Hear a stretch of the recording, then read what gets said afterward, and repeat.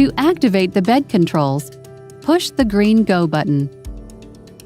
This allows for operation of the bed for 3 minutes. You can find the Go button on the accessory control panel, patient handset, and the integrated side rail controls. To stop any unintentional movement, just use the Stop button, located on the accessory control panel.